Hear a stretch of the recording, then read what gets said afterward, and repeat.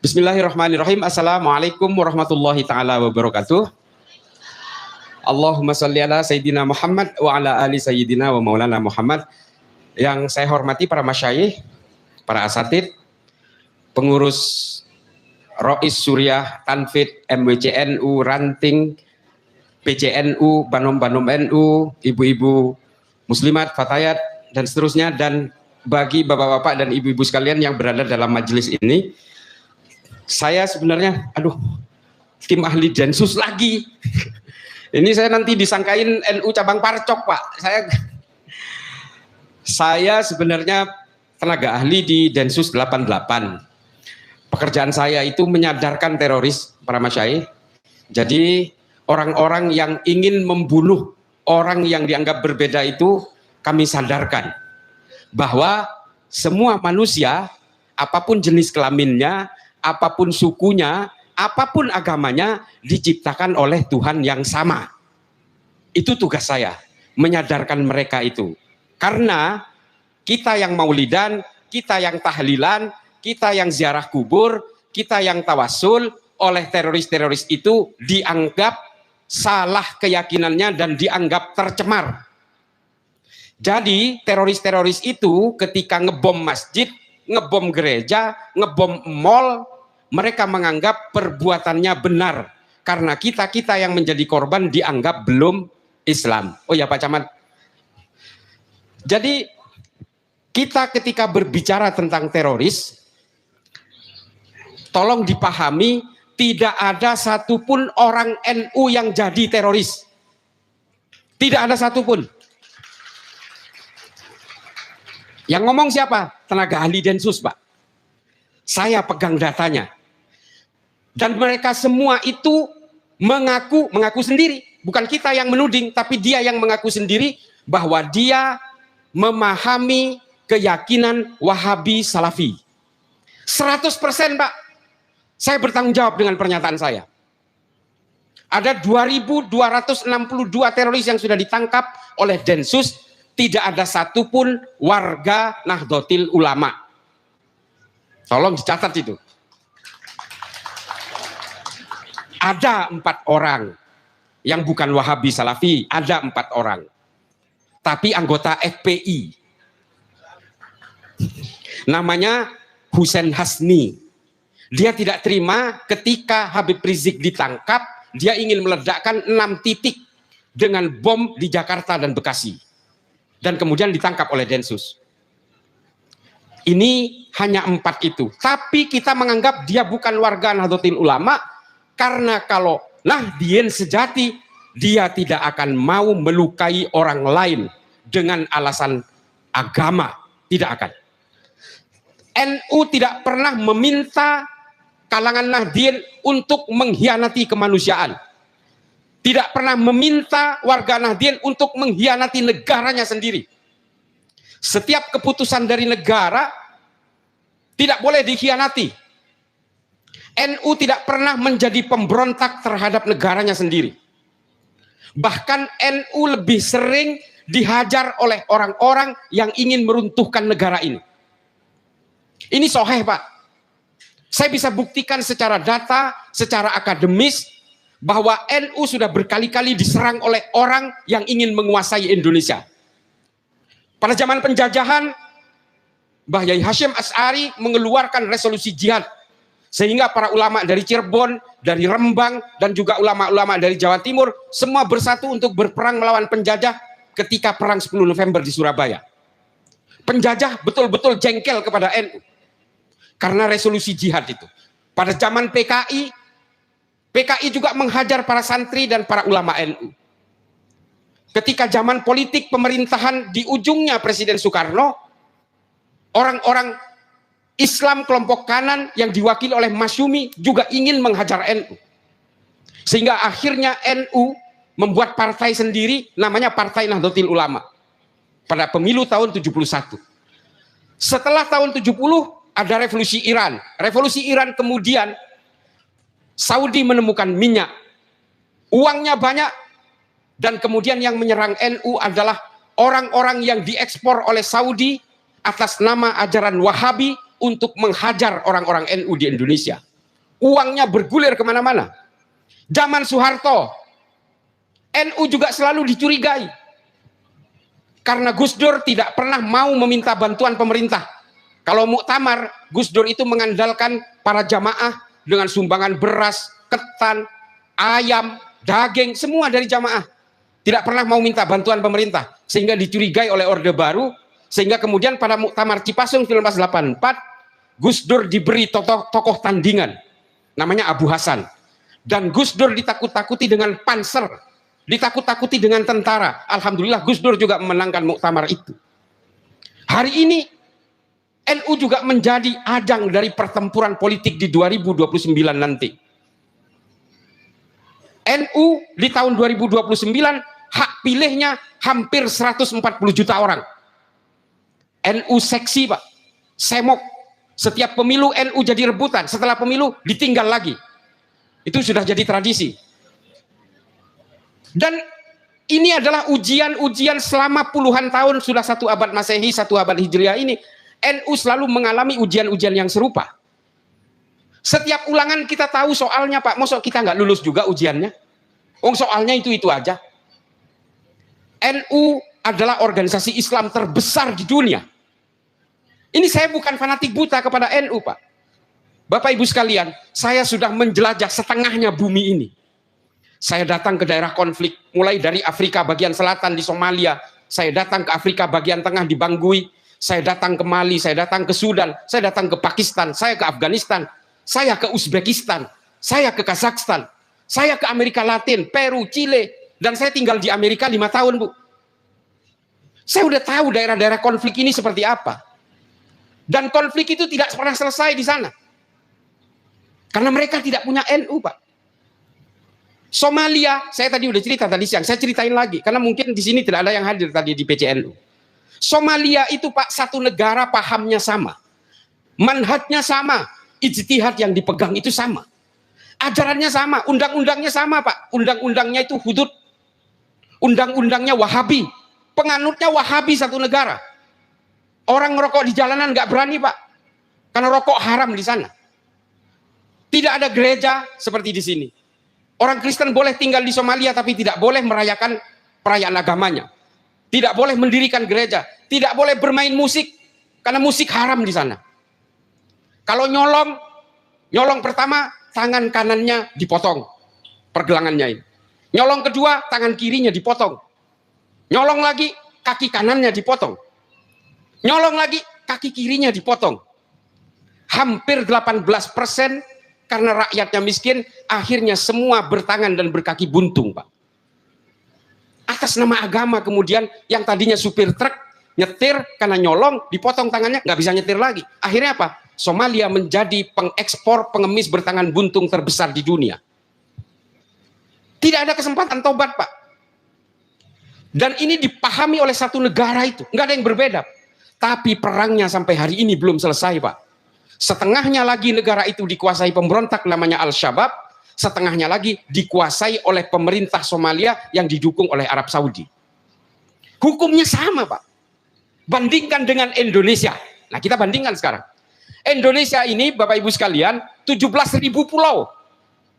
Sukunya 738 suku. Coba bahasanya hampir 800 Pak. Bahasanya berbeda. Coba dari sini ke Bandung udah beda lagi. Madura hanya dipisah selat 3,5 mil, bahasanya berbeda, budayanya berbeda. Belum ke Papua, belum ke Kalimantan, belum ke Sulawesi. Semuanya berbeda. Ada 9 agama dan puluhan aliran-aliran agama. Tapi Indonesia bisa bersatu menjadi satu negara sampai hari ini. Arab, Bapak-bapak Ibu sekalian. Arab ini satu suku, satu bahasa. Bisa dibilang satu agama. Di sana itu hampir semuanya Islam, Pak. Tapi mereka tidak pernah bisa bersatu. Negara kecil-kecil. Kuwait, Bahrain, Yaman aja dibelah 2. Yaman Utara, Yaman Selatan.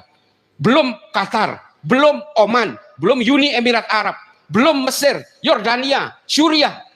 Belum lagi orang Arab yang tinggal di Afrika Utara, Maroko, Aljazair, Tunis. Negara kecil-kecil, Pak. Nggak bisa bersatu mereka. Tapi anehnya masih ada aja orang Arab-Arab pesek di sini yang ingin membawa ajaran politiknya sana ke sini atas nama daulah khilafah, mengharamkan Pancasila, tidak mau toleran, dan dianggap NU itu adalah togut karena NU mau berdamai dengan pemeluk agama apa saja di sini. Coba itu bayangkan, Bu, kalau kita di Arab Indonesia ini, kita udah menjadi 20 negara mungkin. Dengan banyaknya suku-suku dan pulau-pulau itu. Jadi Bapak Ibu sekalian, mari saya ingin mengingatkan bahwa teroris itu, mengapa mereka tega membunuh kita? Karena kita dianggap orang kafir, karena kita mau mengakui Pancasila. Mengapa begitu? Karena Pancasila dianggap buatan manusia. Dan orang yang mau tunduk kepada buatan manusia, dianggap sebagai togut, halal darahnya. Itu kenapa Sayyidina Ali dibunuh oleh Abdurrahman bin Muljam karena dianggap togut, karena membuat aturan sendiri mengampuni pemberontak yang bernama Muawiyah bin Abu Sufyan yang disebut dengan kelompok Khawarij. Jadi orang-orang yang hari ini jadi teroris itu adalah kelompok Khawarij. Saya pastikan itu. Abdurrahman bin Muljam At-Tamimi ini, karena saya kebetulan belajar sejarah, Pak, meskipun di Amerika, tapi yang saya pelajari adalah kitab-kitab sejarah Islam. Ibnu Katsir, Ibnu Athir, Imam Suyuti, At-Tabari, Al-Mas'udi, Ibnu Khaldun, Ibnu Ishaq, semua saya pelajari di sekolah itu. Jadi kita tahu persis bagaimana perjalanan kelompok-kelompok kekerasan di dalam Islam yang membajak nama Islam itu. Abdurrahman bin Muljam ini penghafal Quran, Pak, 30 juz. Puasa Senin Kemisnya tidak pernah lowong. Sholat sunnahnya nggak pernah lowong. Tapi kemudian ketika dia berbicara tentang pengkafiran, Sayyidina Ali pun dibunuh, Pak. Di Masjid Jami di Kufah di Irak. Ketika sedang mau sholat subuh lagi. Coba itu bisa bayangkan. Dibunuh dengan pedang beracun yang direndam 3 hari 3 malam. Namanya Abdurrahman bin Muljam At-Tamimi, bekerja sama dengan salah satu anak buahnya namanya Amir bin Bakar At-Tamimi. Jangan tersinggung kalau ada At-Tamimi di sini. Tapi memang ini adalah fakta sejarah. Dan ini dilakukan oleh orang-orang itu. Bapak Ibu sekalian, dari mana ajaran Wahabi ini berasal? Perintisnya dan pendahulunya namanya Muhammad bin Abdul Wahab dari Najad, Arab Saudi. Gurunya sama dengan Syekh Nawawi Al-Bantani, dengan Syekh Al-Banjari. Sama, Pak. Hari ini kita, orang-orang NU, meyakini dari berbagai ajaran-ajaran Syekh Nawawi Al-Banjari. Syekh Nawawi Al-Bantani dan Al-Banjari. Tapi mengapa dia berbeda? Karena dia berpolitik, Pak. Wahabi ini berpolitik. Dia membuat fatwa-fatwa baru di Saudi supaya Saudi merdeka dari kekaisaran Utsmani. Ini kemudian yang menjadi masalah. Ketika agama sudah betul-betul didominasi oleh kepentingan politik, maka agama pasti akan terpecah belah. Dan kemudian cenderung mengkafir-kafirkan orang yang berbeda. Ini adalah kuncinya, Pak. Jadi kalau mau berbicara tentang terorisme di Indonesia, mereka punya tujuan politik. Mereka ingin menguasai Indonesia. Penghalangnya siapa? Kerikil dalam sepatunya mereka siapa? NU, Pak. Karena NU, orang-orang Nahdien memang diajari oleh para muassis untuk selalu membela negaranya sendiri. Hubul waton minal iman dan seterusnya. Itu adalah doktrin-doktrin di dalam NU. Jadi pembuktian secara empiris ini kemudian ditulis sebagai disertasi doktoral oleh seorang doktor dari Tillman University. Saya sudah hadir, Pak, mendengarkan ceramahnya di New York ketika saya di Amerika. Namanya Phil Caruso. Dia mengatakan Pancasila itu tidak akan gagah, Indonesia tidak akan bisa utuh kalau Nahdlatul Ulama masih berdiri tegak. Itu temuan akademisnya. Pemalang pernah melahirkan 2 pentolan teroris besar. Yang satu Dul Matin, sudah meninggal di Pamulang tahun 2010. Yang kedua, alhamdulillah sekarang sudah saya katakan insyaf secara lahir, nggak tahu batinnya. Tapi berkali-kali saya melakukan pendekatan, saya ngobrol, insya Allah dia sudah insaf, mudah-mudahan. Namanya Umar Patek. Saya termasuk orang yang bertemu dengan Umar Patek berkali-kali di Lapas Porong Sidoarjo, dan saya ngobrol dengan Umar Patek, alhamdulillah dia akhirnya menjadi sadar. Sampai hari ini dia punya pabrik kopi, mereknya Ramu, nama Umar dibalik, Ramu. Dan dia mau bekerja sama dengan pemodal yang justru non-Islam. Bagi saya, menurut saya, dia mau berkolaborasi dan mau bekerja sama dengan seorang non-Islam, setengahnya sudah kesadaran, Pak. Dan sampai hari ini, saya masih sering kontakan dengan Umar Patek. Pemalang, Pak. Nggak tahu kok ada orang Pemalang muncul seperti itu. Muncul seperti Dulmatin. Saya nggak tahu itu. Tapi memang, mohon maaf, mungkin dari lingkungan dan keluarganya, dia sudah biasa mengkafir-kafirkan. Saya nggak tahu. Tinggal dicari tahu aja lingkungannya berada di mana. Apakah dia itu pernah keluarganya jadi pengurus NU? Saya yakin enggak. Mungkin tidak. Jadi Bapak Ibu sekalian, apa yang ingin saya sampaikan ini adalah jadilah Nahdien. Jadilah seorang penegak dari negara ini. Bapak Ibu sekalian tidak perlu terpengaruh dengan konflik-konflik yang ada di PBNU. Nggak usah dipikirin. Itu udah biasa itu. Setiap periode di dalam PBNU itu memiliki kawan dan lawannya sendiri. Nggak usah dipikirin soal tambang, kita juga nggak kebagian loh. Udah nggak usah dipikirin. Nggak usah dipikirin juga soal yang lain-lain, soal kuota haji. Ini kan persoalan-persoalan politik yang kadang-kadang membuat kita ribet. Kita tanam bawang aja. Ini Gus Ulil di Wonosobo tanam kentang aja lah. NU itu dari dulu ya hidupnya dari bawah. Kita diajarkan untuk tawadhu karena memang para muassis NU ini berbasis tasawuf. Nggak usah politik-politikan, tapi kalau orang NU ingin menjadi anggota DPR ya silahkan nyalek. Tapi jangan korupsi, nanti NU-nya jelek. Jangan. Jadi Bapak Ibu sekalian, nah ini khusus ibu-ibu. Ibu-ibu sekalian, saya ingin mendorong anak-anak kita didorong untuk menuntut ilmu sejauh mungkin, Bu. Ini ada Gus Ulil. Gus Ulil ini andalan saya untuk Batsul Masail. Nggih, Gus Ulil ya. Beliau ini di LBM, Lembaga Batsul Masailnya NU. Batsul Masail ini adalah membahas berbagai persoalan kekinian yang kemudian dikeluarkan fatwa halal, haram atau tidak. Ini adalah ruang-ruang mutaghayyirat yang memang bisa dirubah. Kalau untuk hal yang thawabit tidak bisa dirubah. Sholat 5 waktu nggak bisa dirubah. Yang bisa dirubah adalah proses-proses jamaknya, kosornya, jamak takzimnya, jamak takhirnya. Ini ulama memang berada di wilayah furu'iyah. Gitu ya. Saya bukan ahli fikih soalnya. Tapi kalau untuk yang mutaghayyirat yang masih bisa dibahas, itu bisa dibahas di Batsul Masail. Pemikiran-pemikiran bahwa fatwa fikih itu bukan harga mati, itu wajib, Pak. 4 mazhab itu juga mengalami pemberontakan-pemberontakan di setiap periodenya. Yang pertama adalah Imam Abu Hanifah atau yang disebut dengan Imam Hanafi. Setelah itu muncul fatwa dari Imam Maliki. Muncul lagi pembaharuan lagi dari Imam Syafi'i. Setelah Imam Syafi'i baru Imam Hambali. Masing-masing ini merasa ketidakpuasan terhadap produk-produk fikih sebelumnya. Jadi ruang-ruang yang namanya mutaghayyirat itu memang harus dibahas, Pak. Dulu, Pak, kalau kita ngawinin anaknya, ini mungkin ada yang dari KUA di sini. Dulu ada fatwa dari ulama-ulama masyhur ketika wali ingin menyerahkan kepada wali hakim, itu harus bertatap muka, Pak. Harus, karena itu ada usulnya.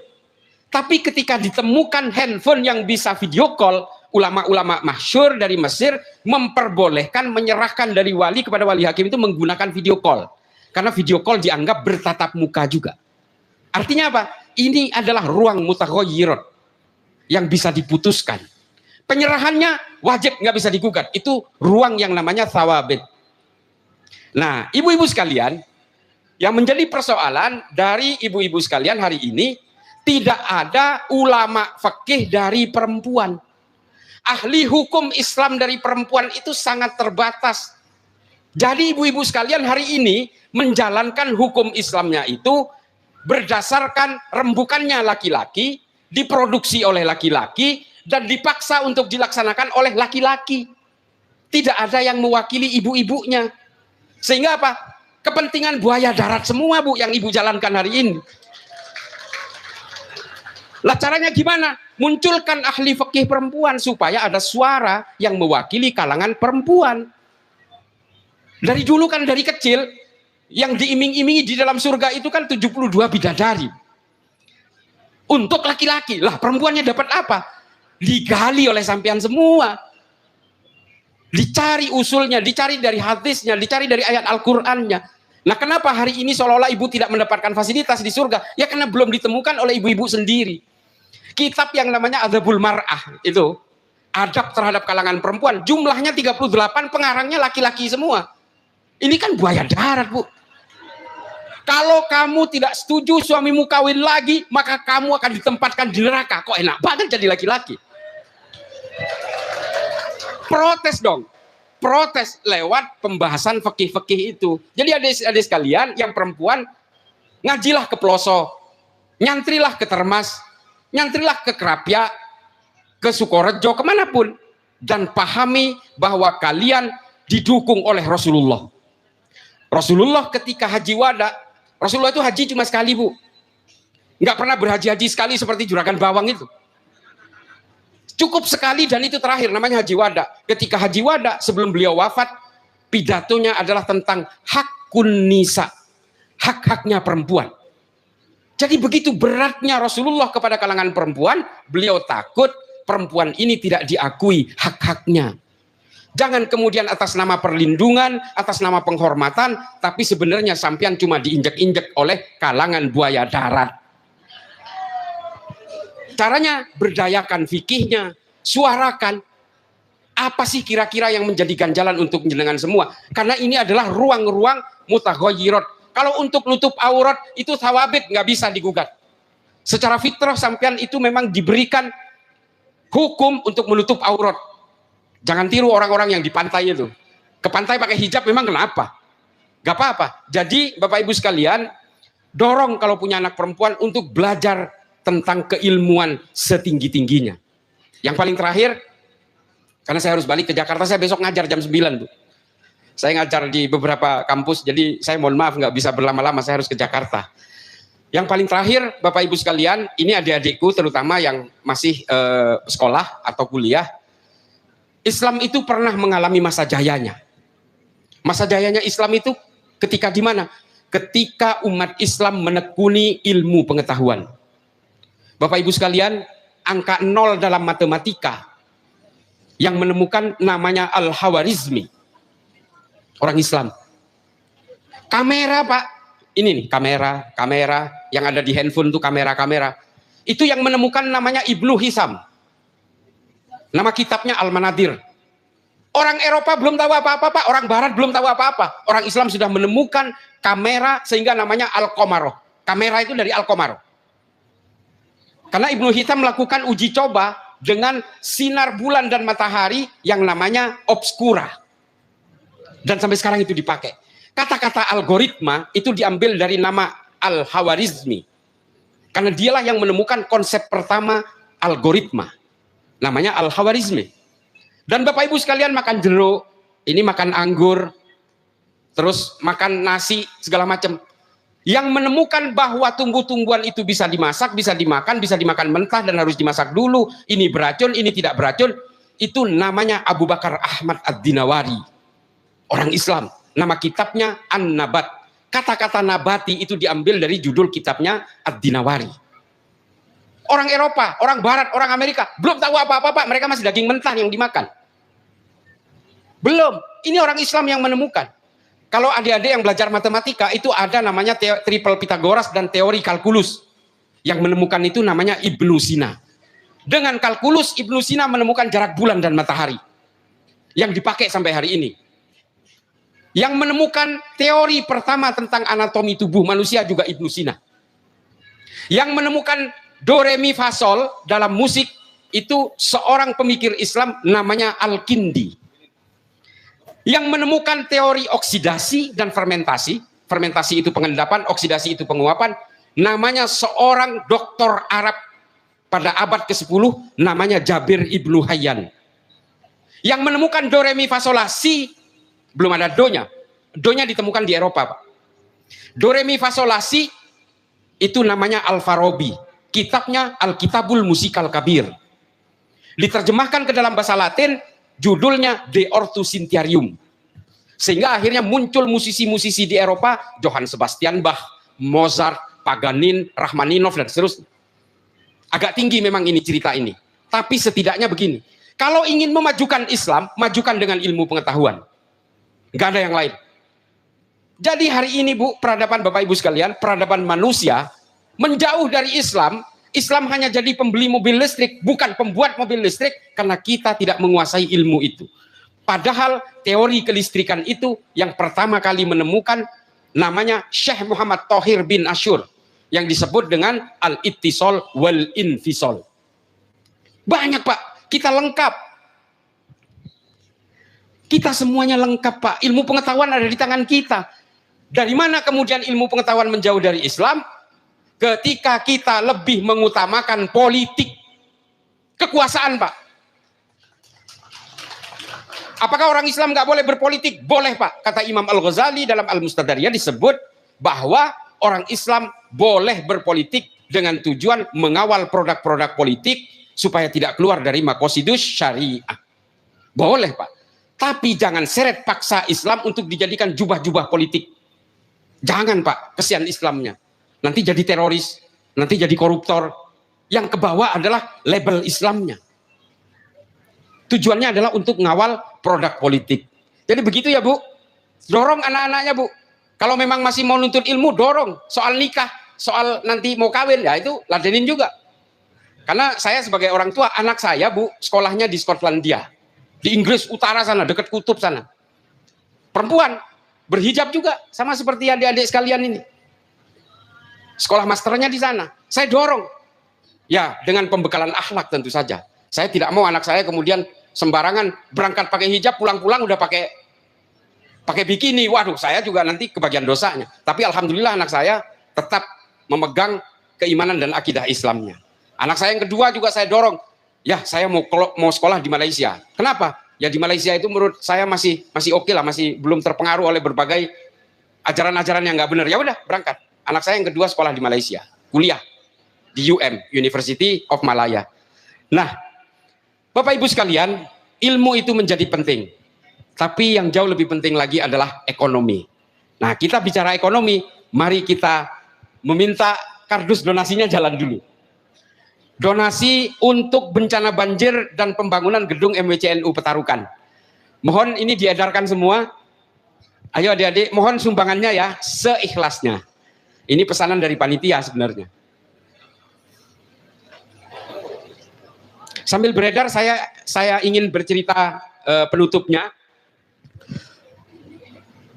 Bapak Ibu sekalian, saya ingin bercerita sedikit soal podcast saya.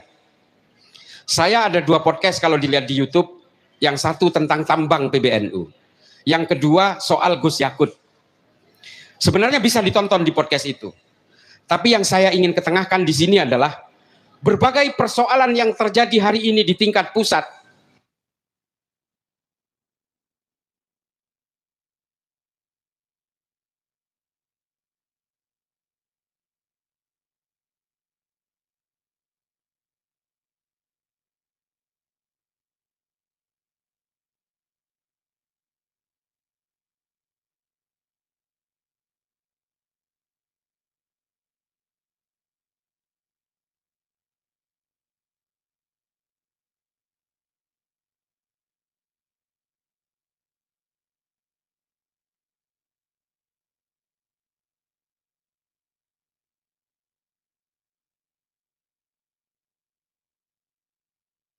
Tidak membenci orang yang berbeda dan tetaplah untuk bergerak dalam sosial. Makanya bagi yang punya duit silahkan disumbang kotak-kotak ini untuk korban bencana dan pembangunan MWCNU. Nanti saya juga nyumbang di belakang.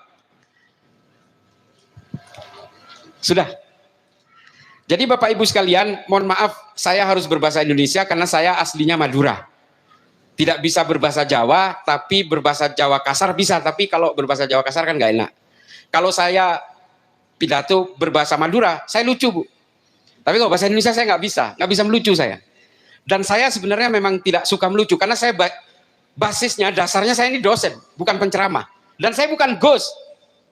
Jangan panggil saya Gus, saya bukan anaknya Kiai. Kakek saya Kiai ya. Saya mondok ya, saya nyantri ya. Saya hanya seorang akademisi, saya hanya seorang pengajar, saya pembaca buku, adik-adik sekalian, Bapak Ibu semua. Ayat pertama dalam Al-Quran itu katanya Iqra. Kalau bapak-bapak yang sudah sepuh mungkin sudah telat lah, mungkin udah nggak ada minat untuk baca. Tapi adik-adik sekalian yang masih muda, perbanyaklah baca. Baca buku apa saja, supaya wawasan kita menjadi terbuka. Saya Bu, baca buku minimal 1000 halaman per bulan. 250 halaman per minggu. Dan yang saya baca itu mulai dari kitab-kitab klasik Arab, buku-buku berbahasa Inggris, dan buku-buku berbahasa Prancis. Setiap hari saya baca buku. Di mobil ini isinya buku. Di mana ada kesempatan saya baca buku. Saya perbanyak buku itu. Bukunya komunis saya baca, Bu. Bukunya ateis saya baca. Bukunya Abul A'la Al-Ma'ari yang tidak percaya kepada Nabi Muhammad dan tidak percaya kepada Allah sekalipun saya baca. Judul kitabnya itu Risalatul Ghufran. Saya baca. Saya ingin tahu isi otaknya orang yang nggak kepercaya kepada Allah itu kayak apa sih? Saya ingin tahu. Buku-buku tasawuf, hikam, saya baca. Semua saya baca. Mulai dari Safinatun Najah, Sulamut Taufik, semua saya baca. Dari yang paling dasar sekalipun. Taklim saya pelajari dari awal. Sejak saya mondok udah diajari itu. Jadi Bapak Ibu sekalian, adik-adik ini yang masih muda ini, baca buku deh. Jangan kemudian kita hanya bisa mendengarkan saja. Kita harus membaca supaya wawasan kita terbuka. Jadi ibu-ibu sekalian, dorong minat baca itu supaya kita tidak menjadi sampah peradaban. Bapak Ibu sekalian, yang paling terakhir sekali saya ingin menyampaikan bahwa jangan pernah putus asa untuk menjadi seorang Nahdien. Bapak Ibu sekalian, saya selalu berdoa, setiap habis sholat saya selalu berdoa, saya tetap takzim kepada para ulama. Saya tetap ingin mati sebagai seorang Nahdien. Karena saya menganggap, dengan menjadi seorang Nahdien, saya selalu menganggap bahwa semua manusia dilahirkan dengan harga diri yang sama. Anak kiai, sepanjang akhlaknya terjaga, semua manusia dilahirkan dengan harga diri yang sama. Yang membedakan manusia itu bukan keturunannya, bukan hartanya, tapi akhlaknya. Rasulullah ketika menjelang wafat oleh para sahabat ditanya, "Ya Rasulullah, tolong tunjuk penggantimu. Pengganti khalifah sepertimu, tolong tunjuk." Rasulullah tidak pernah mau menunjuk penggantinya. Karena Rasulullah tahu, ketika kekuasaan diwariskan, maka saat itu juga Rasulullah akan mewariskan konflik. Rasulullah hanya ingin mewariskan dua hal. Satu, akhlakul karimah, dan yang kedua, rahmatan lil alamin. Hanya itu DNA-nya. Darahnya umat Islam hanya dua itu, Pak. Jangan kemudian karena politik kita berpecah belah. Tapi karena al-insaniyah qabla tadayyun itu menjadi penting. Kita harus menyayangi sesama umat manusia. Khairun nas anfa'uhum linnas. Jadilah manusia yang berguna bagi orang lain supaya kamu menjadi sebaik-baiknya manusia. Jangan pandang agamanya, jangan pandang sukunya, karena semua orang bisa menjadi pentobat, semua orang bisa menjadi Islam. Orang yang non-Islam hanya melihat akhlak kita. Kalau kita akhlaknya brutal, sebentar-sebentar ingin menggal orang, sebentar-sebentar ingin menggantung orang, sebentar-sebentar ingin membunuh orang, tidak ada orang non-Islam yang akan tertarik kepada agama kita. Yang dilihat mereka bukan hadis, yang dilihat mereka bukan Al-Qur'annya, tapi akhlak dari para pemeluknya. Itu kenapa Rasulullah selalu menyantuni siapapun tanpa memandang agamanya apa. Pengemis buta yang mencaci maki Rasulullah di pasar Madinah, beliau tetap suapi setiap pagi. Ini kan ada kisahnya. Jadi Bapak Ibu sekalian, syiar yang paling baik bagi agama Islam adalah syiar bagaimana akhlakul karimah itu ditegakkan. Itu adalah syiar sebaiknya syiar bagi Islam. Saya kira itu saja. Mudah-mudahan Bapak Ibu sekalian bisa menerima manfaat dari apa yang saya sampaikan, dan terutama bagi saya yang fakir ilmu ini, manfaatnya mudah-mudahan bisa saya menerimanya juga. Dan apabila ada kesalahan mohon dimaafkan. A'udzubillahi minasyaitonirrajim. Bismillahirrahmanirrahim. La nufarriqu baina ahadin min rusuli wa qalu sami'na wa ata'na ghufranaka rabbana wa ilaikal masir. Wallahul muwaffiq ila aqwamit thoriq. Wassalamualaikum warahmatullahi taala wabarakatuh.